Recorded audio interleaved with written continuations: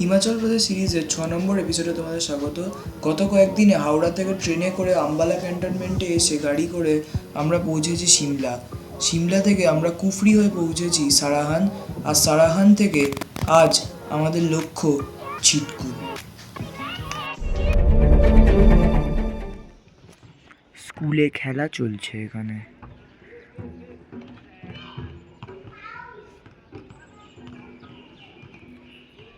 Broadcasting করছি এটার।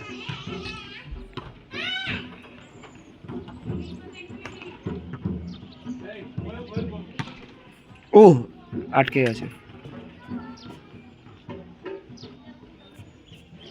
খেলা হয়ে গেছে, এখন ওদের প্রেয়ার চলছে।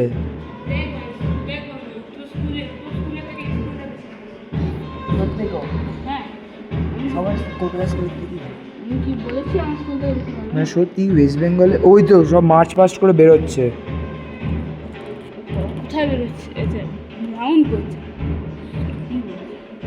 মনে হচ্ছে না সেই পিঁপড়ে মনে হচ্ছে। ও ওই দিক থেকে আরেক রাউন্ড বেরোচ্ছে। এই যে হয়ে গেল, এই যে এই জায়গাটা থেকে আরেক রাউন্ড বেরোচ্ছে। ও হো, কি সিস্টেম্যাটিক, মানে ডিসিপ্লিনের খুব স্ট্রিক্ট এখানে। এই সব মেয়েদের রোগুলো আগে বেরিয়ে গেল, এরপর ছেলেদেরগুলো বেরোচ্ছে। মানে সত্যি সারাহানের স্কুলটা দেখে মনে হচ্ছে এখানেই ভর্তি হয়ে যায়।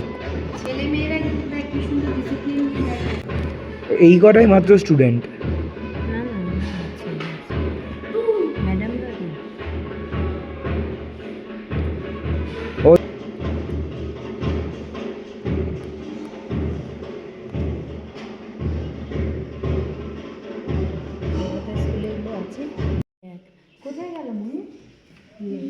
ফট করে ঘুরে গেল।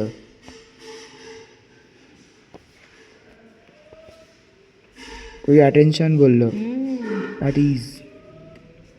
সারাহানের এই স্কুলটা আমার সত্যি চিরকাল মনে থাকবে। মানে এত ওয়েল মেনটেন ডিসিপ্লিন স্কুল, মানে বিশ্বাস করে এরকম হয়তো কোনো আর্মি স্কুলে দেখতে পাবে, কিন্তু সবথেকে বড়ো কথা এটা একটা গভর্নমেন্ট স্কুল। এত সুন্দর well maintain, neat and clean campus.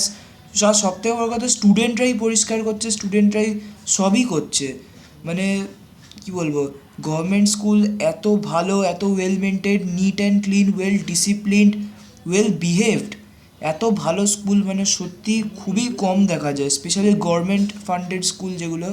মানে আমাদের মানে বলা উচিত নয় হয়তো, কিন্তু আমাদের ওয়েস্ট বেঙ্গলের থেকে মানে ওয়েস্ট বেঙ্গলে ভালো প্রাইভেট স্কুল হয়তো এত ভালো জিনিস দিতে পারবে না, এত ভালো ফেসিলিটি দিতে পারবে না, বা এই লেভেলের কোনো স্কুল হতে পারবে না।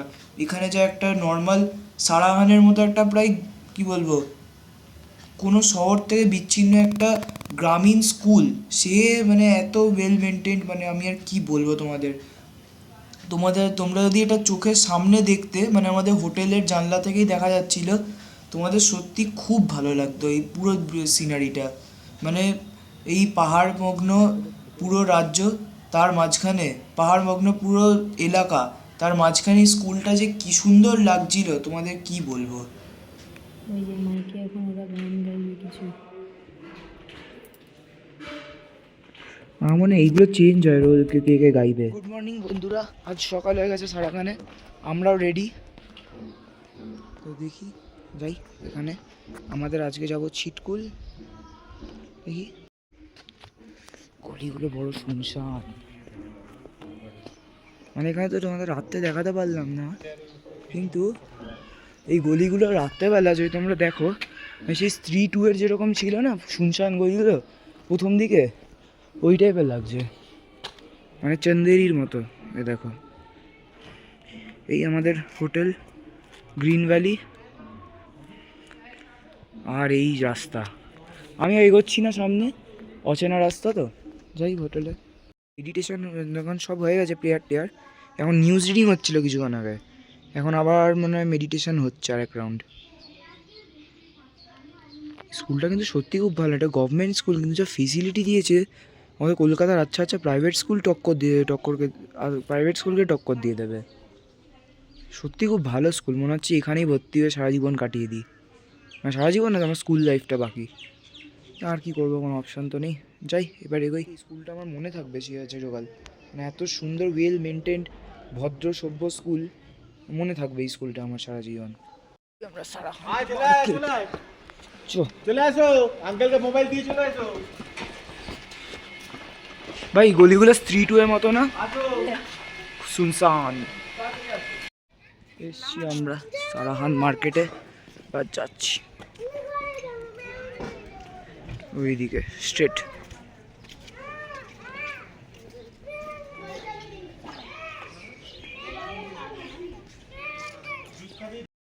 মন্দির এসে গেছি আমরা। ফটোগ্রাফি নিয়ে কি কিছু আছে?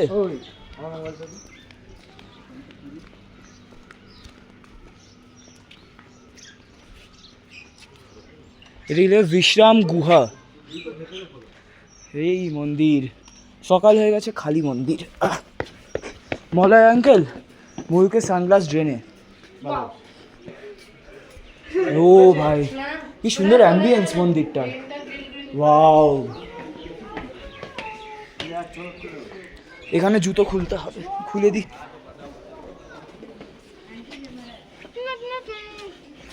এই জয় বাবা, না জয় মা কালী। এইটা গেস্ট হাউস, এখানে বিশ্রাম গুহা। এখানে তোষক শুকাতে দিয়েছে। এখানে কি আছে?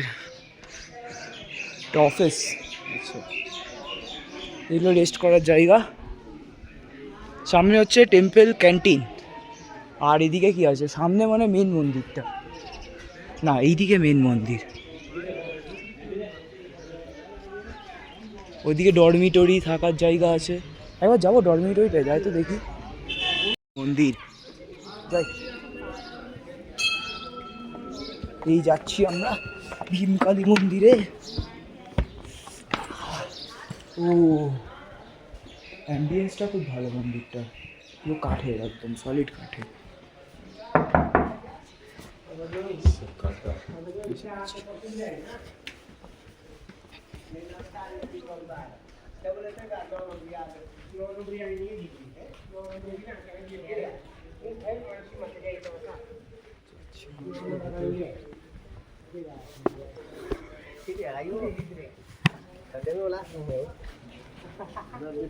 ভীমাকালী মন্দির থেকে বেসিক্যালি বেরোনোর মুখে একটা ছোট্ট করে কেস ঘটে যায়। সেটা হচ্ছে যে সারাহানের মন্দিরটা, ওটাতে তোমার ক্যামেরা নিয়ে যাওয়া বা ফোন নিয়ে যাওয়া অ্যালাউড না।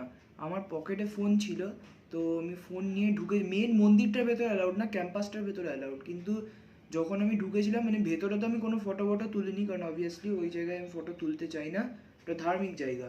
বাট যখন আমি গেটের বাইরে বেরিয়ে আসছি, জাস্ট গেটের মুখে ফোনটা পকেট থেকে বার করেছি, যখন পুলিশ, একটা যে লোকাল পুলিশ ছিল, আমাকে ধরেছে, বলছে তুমি কেন ফোন নিয়ে গেছো বাগড়া বাগড়া, আমাকে অনেক কিছু বলছিল। বাট স্টিল আমি কোনোভাবে রিকোয়েস্ট করে যে প্লিজ ছেড়ে দিন, আমি জানতাম না সত্যি ফোন আনা বারণ। তো আমি বলি, অ্যান্ড পুলিশটা আমাকে একবার ফোনটা দেখলো যে ভেতরে কোনো ফটো তুলেছি কি না, কোনো ফটো তোলা ছিল না। সো পুলিশ আমাকে ছেড়ে দেয়। যাই হোক, সেবার জোর বেঁচে গেছিলাম। অ্যান্ড তারপর আমরা মানে ওয়ার্ল্ডে one of the most dangerous roads দিয়ে বের হই, তো যেটার ভিডিও তোমরা আগে দেখো। এটা হলো পৃথিবীর সবথেকে ডেঞ্জারাস রাস্তা। হ্যাঁ ও বাবা, রিলস মারাত্মক। এই তোলো ওদিকটা। আমি ইনডাইরেক্টলি এরকম না বলছি, ও মাই গড, আমি সাপোর্ট করছি। ওরা ময়ূর নিয়ে হয়ে গেছে, ওরা উল্টো দিক থেকে ইনডাইরেক্টলি বলছে এখন এটা বলছি না, বলছি জায়গা সবাই পারে। ভিউ পয়েন্টে আমরা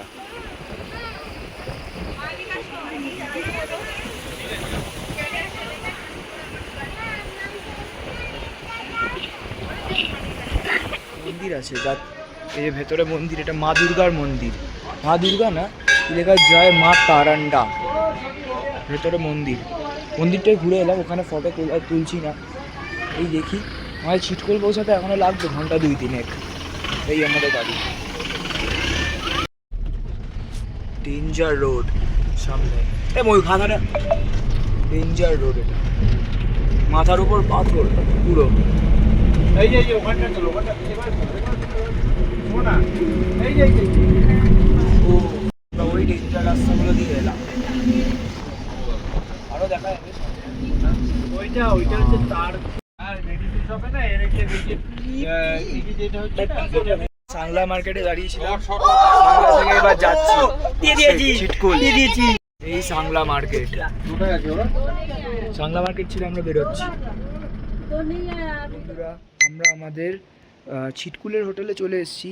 মাঝখানে অনেকক্ষণ ভিডিও বানাতে পারিনি, তার কিছু কারণ আছে। কারণ আমাদের গাড়ি খারাপ হয়ে গেছিলো, একটা গাড়ি। তো মানে একটু ওখানে ইয়ে হয়ে গেছিলো, আমি আর ডিটেলে যাচ্ছি না, বুঝে নাও কী হয়েছিল। তো ওখানে একটু টাইম লেট হয়ে গেছিলো, টায়ার পাংচার হয়ে গেছিলো, আর একটা নাট বোল্ট খোলা যাচ্ছিলো না। তো গাড়ি ইন্টারচেঞ্জের একটা শিফটে ম্যাটার চলছিল, তো ওখানে প্রায় 1 ঘন্টা আমাদের লেট হয়ে গেছিলো। মানে 6:30টায় আমরা পৌঁছেছি, মানে রাকছামের ঠিক একটু আগে। তারপরে তারপর প্রায় 7টা, সোয়া 7টা বেজে গেছিলো। তো আর এখানে যা দুর্গম জায়গা, এখানে তো মেকানিক বা কিছুই সার্ভিস নেই। তো ওখানে ড্রাইভারদের ঠিক করতে করতে অনেক বেলা, মানে 45 মিনিট, 1 ঘন্টা কেটে গেছিলো, মানে যেটা 5 মিনিট বা 10 মিনিটের কাজ। তো কিছু মানে একটা নাট খোলা যাচ্ছিলো না, সেই জন্য। তো আমি আমাদের ছিটকুলের হোটেলে পৌঁছেছি এই কিছুক্ষণ আগে জাস্ট। এখন বাজে, এক সেকেন্ড দেখি, এখন বাজে 9:25। তো মানে 9:30 আর কি, বেসিক্যালি ধরতে গেলে। আমরা এই জাস্ট 15-20 মিনিট আগে এসে পৌঁছেছি।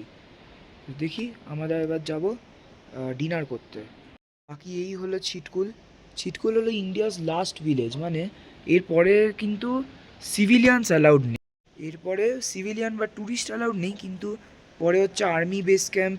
কারণ এখান থেকে মোটামুটি আমি যতদূর জানি 80 কিলোমিটার দূরে হচ্ছে চাইনা বর্ডার, যতদূর আমার নলেজ আছে। তো এরপর এই জন্য মানে জায়গায় জায়গায় বোর্ডও লেখা আছে যে কী বলে, ইন্ডিয়াস লাস্ট ভিলেজ ছিটকুল। আমরা আছি প্রায় 12,000 ফিট ওপরে। এই গ্রামটা কিন্তু সুন্দর, মানে একটু দেখি রাত্রির দিকে একবার বেরোবো। গ্রামটা কিন্তু ভারী সুন্দর। এখানে আমরা আমাদের 2 রাত কাটানো, আজ একটা কাল একটা, আর পরশু দিন আমরা যাব কল্পা। একটু হয়, কিন্তু এখানে ঠান্ডা বেশ ভালোই আছে, দেখতেই পাচ্ছ আমার গেটা পুরো চেঞ্জ হয়ে গেছে। আমার ঠান্ডা ভালোই আছে, এখানে গ্লাভস পরে আছি। তো যাই দেখি আর এদিকে কী হাল। তো ভিডিও শেষ করবার আগে একটা তোমাদের খুবই ইন্টারেস্টিং ঘটনা আমি জানাতে চাই। তো যেহেতু তোমরা দেখেছিলে যে আমাদের একটা গাড়ির টায়ার, 2টো ট্রাভেলার গাড়ি ছিল, সো একটা গাড়ির টায়ার পাংচার হয়ে যাওয়ার জন্য 1 ঘন্টা আমরা লেট ছিলাম। সো আমরা ছিটকুল পৌঁছেছিলাম অনেক রাত্রে। তো পৌঁছানোর পরই আমাদের প্রায় 8 ঘন্টার মধ্যে ডিনার সার্ভ করা হয়। কিন্তু তার আগে যতক্ষণ আমরা ছিলাম, আমরা দেখেছিলাম যে 3-4 এবার। আর সবথেকে বড় কথা, হিমাচল প্রদেশে অনেক ফরেনার্স আমরা দেখতে পেয়েছি, মানে যেটা আমরা সিকিম সাইডে গেলে বা দার্জিলিং সাইডে অতটাও পাই না। বাট সিকিম সাইডে আমরা দেখতে পেয়েছি, মানে হিমাচল প্রদেশে দেখতে পেয়েছি। আর ছিটকুলে তো ভরে ভরে ফরেনার্স ছিল, মানে ওখানে মনে হচ্ছে আমরা সুইজারল্যান্ডে চলে এসেছি, কারণ এত সুন্দর ভিউ প্লাস এত ফরেনার। তো আমাদের হোটেলেও 3 জন ফরেনার ছিলেন। তো যাই হোক, তারা তখন ডিনার করছিলেন। আমরা বা ময়ূক আমরা দেখতে পেয়েছিলাম যে তারা ডিনার করছে, কিন্তু আমরা তাদেরকে নিজেতে গিয়ে অ্যাপ্রোচ করিনি যে which country you are from বা বাগেরা বাগেরা। বাট ওদের খাওয়া হয়ে যাওয়ার পর ওরা বাইরে মানে হোটেলেরই লোকজনদের সাথে গল্প করছিল। আর তখন আমিও ওইখানটায় ঘোরাঘুরি করছিলাম, বাইরেটা দেখছিলাম। তখন তাদের মধ্যে 2 মহিলা আমাকে জিজ্ঞাসা করলেন যে হোয়াট ইজ ইয়োর নেম। আমি আমার নাম বললাম, দিয়ে তারপর আমি ওদের সাথে বেশ কিছুক্ষণ কনভার্স করলাম। যে তো আর কথায় কথায় আমি জানতে পারলাম যে ওনারা 2জন, মানে বেসিক্যালি 4 জন ছিলেন, নিচে তখন 2 জন ছিলেন। তো ওনাদের খাওয়া ডিনার হয়ে গেছিলো। সো ওনারা হচ্ছে ইসরায়েল থেকে এসেছিলেন। তো ওনাদের সব জিজ্ঞাসা করলাম যে কেমন লাগছে ইন্ডিয়া। মানে ওনাদের তো খুবই পজিটিভ ফিডব্যাক পেয়েছি। বাট একটা জিনিস আমার খুব মানে অদ্ভুত লেগেছে, সেটা বলছেন যে ওনারা দিল্লি থেকে আসছিলেন, দিল্লিতে ল্যান্ড করেছিলেন। তো দিল্লিতে নাকি প্রচুর লোক ওনাদের এসে বলছিলেন যে ফটো তুলবে কিনা। তো ওইটাই ওনাদের বলেছে, যার জন্য আমি আর মানে ভিডিও এক্সপিরিয়েন্স রেকর্ড করার ভিডিও তো আমি কয়েকটা বানিয়েছিলাম ওখানে, কিন্তু ওই ফোনটাই রয়ে গেছিলো, যেটা হারিয়ে গেছে। বাট যেহেতু ওনারা ওই দিল্লির এক্সপিরিয়েন্সটা বললেন, সেই জন্য আমি আর মানে সাহসও পাইনি যে ওনাদেরকে গিয়ে বলবো যে 2টো ভিডিও বানাবো। মানে ওরা হয়তো ভাববেন আমিও সেই গোছেরই একজন। তো যাই হোক, ওনার সাথে দেখা হয়তো আমাদের খুব ভালো লেগেছে, খুবই ভালো 2জন ছিলেন। মানে ভিডিওগুলো থাকলে তো তোমাদের অবভিয়াসলি দেখাতামই, নাহলে তো কেন এরকম এডিট করছি।